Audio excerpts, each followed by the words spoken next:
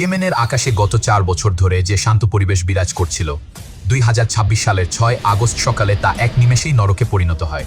কোনো আগাম সতর্কতা ছাড়াই যাকে যাকে ইরানি প্রযুক্তির ব্যালিস্টিক ক্ষেপণাস্ত্র এবং ওয়ানওয়ে সুইসাইড ড্রোন আছড়ে পড়ে মধ্য ও পূর্ব ইয়েমেনের সামরিক ঘাঁটিগুলোর ওপর। মুহূর্তের মধ্যে প্রাণ হারান অন্তত 30 থেকে 58 জন সরকারি সৈন্য। কিন্তু হামলা শুধু ইয়েমেনের ভেতরেই সীমাবদ্ধ ছিল না। সীমান্ত পেরিয়ে হুতিদের ছোড়া ভারী গোলা ও প্রজেক্টাইল সরাসরি আঘাত হানে সৌদি আরবের দক্ষিণ সীমান্ত নাজরান প্রদেশে। ঠিক এর পরদিনই অর্থাৎ 7 আগস্ট মক্কার কাবা শরীফের ছায়াতলে এক টেবিলে মুখোমুখি বসেন বিশ্বের অন্যতম 3 প্রভাবশালী মুসলিম রাষ্ট্রের প্রধান, সৌদি আরবের ক্রাউন প্রিন্স মোহাম্মদ বিন সালমান, তুরস্কের প্রেসিডেন্ট রিসেপ তাইয়িপ এরদোয়ান এবং পাকিস্তানের প্রধানমন্ত্রী শাহবাজ শরীফ।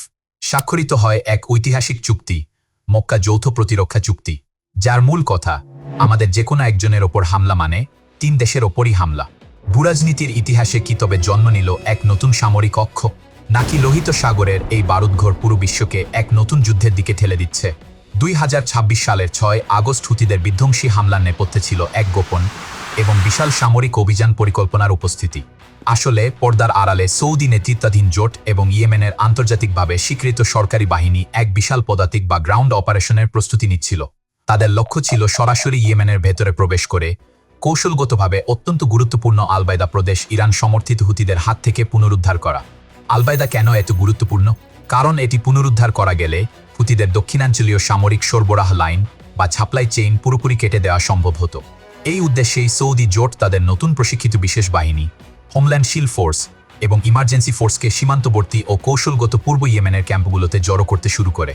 কিন্তু হুতিদের গোয়েন্দা নেটওয়ার্ক এই বিশাল প্রস্তুতির খবর পেয়ে যায়। হুতি সামরিক মুখপাত্র ইয়াহিয়া ছাড়ি স্পষ্ট ভাষায় দাবি করেন, সৌদি আরবের এই বিশাল সামরিক প্রস্তুতি টের পাওয়ার পর তারা আত্মরক্ষার্থে আগাম বা প্রিএম্পটিভ স্ট্রাইক পরিচালনা করার সিদ্ধান্ত নেন। 6 আগস্ট ভোরে হুতিদের নিয়ন্ত্রণে থাকা আলজাফ প্রদেশ থেকে অন্তত 8টি ব্যালিস্টিক ক্ষেপণাস্ত্র এবং কয়েক ডজন বিস্ফোরক ড্রোন একযোগে উৎক্ষেপণ করা হয়। লক্ষ্যবস্তু করা হয় মারিবের আলরুয়াইক এবং হাদ্রামাউতের আলাবর ও আলোয়াদিয়া ঘাঁটিগুলো।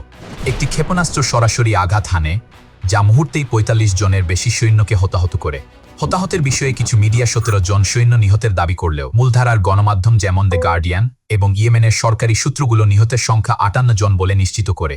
তবে নিহতের সংখ্যা যাই হোক না কেন, সামরিক বিশ্লেষকদের মতে 2022 সালে যুদ্ধবিরতি কার্যকর হওয়ার পর এটিই ছিল ইয়েমেন যুদ্ধের ইতিহাসের সবচেয়ে ভয়াবহ এবং রক্তাক্ত সংঘাতের দিন। একই সময়ে হুতিদের ছোড়া প্রজেক্টাইল বা মিসাইলের উত্তাপ সরাসরি আছড়ে পড়ে সৌদি আরবের নিজস্ব ভূখণ্ড নাজরান প্রদেশে। সৌদি নেতৃত্বাধীন জোটের মুখপাত্র মেজর জেনারেল তুর্কি আল মালিকি অত্যন্ত ক্ষুব্ধ প্রতিক্রিয়ায় জানান যে এই হামলায় 7 জন সৌদি নাগরিক, 2 জন মিশরীয়, 1 জন ইয়েমেনি এবং 1 জন পাকিস্তানি নাগরিক সহ মোট 11 জন বেসামরিক মানুষ আহত হয়েছেন। লোহিত সাগরের পশ্চিমে অবস্থিত সৌদির প্রধান অর্থনৈতিক চালিকা শক্তি আরামকোর তেল শোধনাগার এবং টার্মিনালগুলো আবারও হুতি ড্রোনের আওতার মধ্যে চলে আসার আশঙ্কায় রিয়াদের নীতি নির্ধারকদের কপালে চিন্তার ভাঁজ পড়ে। ঠিক এই চরম উত্তেজনাকর পরিস্থিতির মাঝেই সৌদি আরব এক নজিরবিহীন কূটনৈতিক ও সামরিক চাল চালার সিদ্ধান্ত নেয়। তারা সচল করে তাদের দীর্ঘদিনের মিত্রদের সাথে করা গোপন নিরাপত্তা ছোপ। 2026 সালের 7 আগস্ট মক্কার সাফা প্যালেসে এক ঐতিহাসিক বৈঠকের পর সৌদি আরব, তুরস্ক এবং পাকিস্তান এই 3 দেশের প্রধানরা একটি যুগান্তকারী চুক্তি স্বাক্ষর করেন, যা আন্তর্জাতিক মহলে মক্কা যৌথ প্রতিরক্ষা চুক্তি নামে পরিচিতি লাভ করেছে। এই চুক্তির সবথেকে আলোচিত ও বিতর্কিত দিকটি হল এর যৌথ প্রতিরক্ষা অনুচ্ছেদ, যা সরাসরি ন্যাটোর বিখ্যাত আর্টিকেল 5 এর অনুকরণে তৈরি।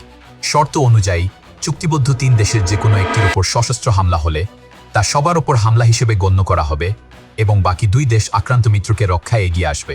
কিন্তু কাগজ কলমে এটিকে ন্যাটোর মতো মনে হলেও পর্দার আড়ালে রয়েছে এক বিশাল সূক্ষ্ম কূটনৈতিক ফাঁকফোকর।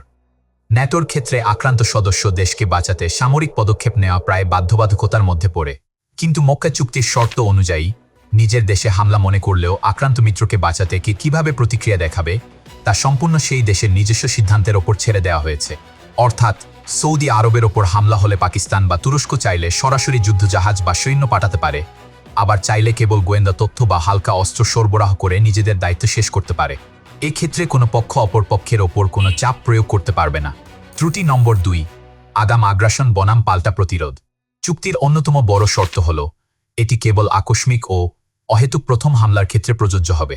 যদি সৌদি আরব বা জোটের কোনো দেশ প্রথমে অন্য কোনো দেশের ওপর নিজে হামলা করে এবং তার জবাবে ওই দেশ পাল্টা আঘাত হানে, তবে এই চুক্তি অকার্যকর থাকবে।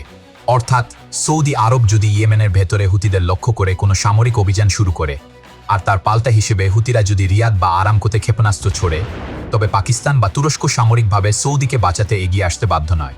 এই ঐতিহাসিক চুক্তির পর তেহরান থেকে এসেছে তীব্র ও ক্ষুব্ধ প্রতিক্রিয়া। ইরানের একজন জ্যেষ্ঠ এবং প্রভাবশালী সংসদ সদস্য সরাসরি হুঁশিয়ারি দিয়ে বলেছেন, পাকিস্তান বা তুরস্কের সাথে করা সৌদি আরবের এই চুক্তি স্রেফ একটি কাগজের চুক্তি, যা সৌদির জন্য কখনোই প্রকৃত নিরাপত্তা বয়ে আনতে পারবে না। ইরানের এই আত্মবিশ্বাসের পেছনে রয়েছে সুনির্দিষ্ট কিছু ভূরাজনৈতিক ও অর্থনৈতিক চাল, যা পাকিস্তান এবং তুরস্ককে ইরানের বিরুদ্ধে সরাসরি যুদ্ধে জড়ানো থেকে সম্পূর্ণ বিরত রাখবে। প্রথমত, পাকিস্তানের ভেতরের স্থিতিশীলতা। দ্বিতীয়ত, বেলুচিস্তানের বারুদহর। বর্তমানে পাকিস্তানের বেলুচিস্তানে যে সশস্ত্র বিদ্রোহ চলছে, ইরান সেখানে সরাসরি প্রভাব বিস্তার করতে পারে। পাকিস্তান যদি ইরানের বিরুদ্ধে সৌদি আরবের পক্ষে যুদ্ধ ঘোষণা করে, তবে ইরান বেলুচিস্তানের বিদ্রোহীদের অত্যাধুনিক অস্ত্র ও লজিস্টিক সহায়তা দিতে শুরু করবে। তৃতীয়ত, জ্বালানি ফাইল। পাকিস্তানের মোট গ্যাস সরবরাহের একটি বিশাল অংশ দীর্ঘমেয়াদে ইরান পাকিস্তান পাইপলাইনের ওপর নির্ভরশীল, যা পাকিস্তানের ভবিষ্যৎ গ্যাস চাহিদার প্রায় 60 থেকে 70% পূরণ করে। অন্যদিকে গত 6 দশক ধরে তুরস্ক তাদের মোট গ্যাস আমদানি প্রায় 20 থেকে 25% ইরান থেকে কম মূল্যে পাইপলাইনের মাধ্যমে আমদানি করে আসছে। তদুপরি তুরস্ক একটি ন্যাটো সদস্য দেশ। ন্যাটোর ইউরোপীয় মিত্ররা কোনোভাবেই ইরানের বিরুদ্ধে এই সামরিক যুদ্ধে জড়াতে চায় না। তবে এই চরম সংকটের মাঝে পাকিস্তানের অর্থনীতিবিদরা এক অভূতপূর্ব রূপালী রেখা দেখতে পাচ্ছেন। 2026 সালের এই ভয়াবহ সংঘাতের ফলে সৌদি আরব, সংযুক্ত আরব আমিরাত ও কুয়েতের বিলিয়ন বিলিয়ন ডলারের তেল অবকাঠামো ও আবাসন খাত মারাত্মকভাবে ক্ষতিগ্রস্ত হয়েছে। যুদ্ধ পরবর্তী সময়ে এই দেশগুলোতে শুরু হতে যাচ্ছে এক বিশাল পুনর্গঠন প্রক্রিয়া। আর এই পুনর্গঠনের বাজারে সবথেকে বড় অংশীদার হতে পারে পাকিস্তান। পাকিস্তানের সিমেন্ট শিল্পের বার্ষিক উৎপাদন ক্ষমতা প্রায় 20 মিলিয়ন টন। শুধু সৌদি আরবের অবকাঠামো নির্মাণে ক্লিংকার এবং সিমেন্ট রপ্তানি করেই পাকিস্তান প্রতি বছর 300 থেকে 500 মিলিয়ন ডলার অতিরিক্ত বৈদেশিক মুদ্রা অর্জন করতে পারে। লোহিত সাগরের জলসীমা আজ শুধু একটি যুদ্ধক্ষেত্র নয়, এটি এখন আন্তর্জাতিক কূটনীতি, সামরিক জোট এবং বিশ্ব অর্থনীতির নতুন ভাগ্য নির্ধারণের কেন্দ্রবিন্দু। এই মক্কা চুক্তি কি সত্যিই মধ্যপ্রাচ্যে শান্তি ফিরিয়ে আনবে? আপনার কি মনে হয়? কমেন্টে জানান। ভিডিওটি ভালো লাগলে লাইক ও শেয়ার করুন এবং পরবর্তী ভিডিওর জন্য চ্যানেলটি সাবস্ক্রাইব করে রাখুন। ধন্যবাদ।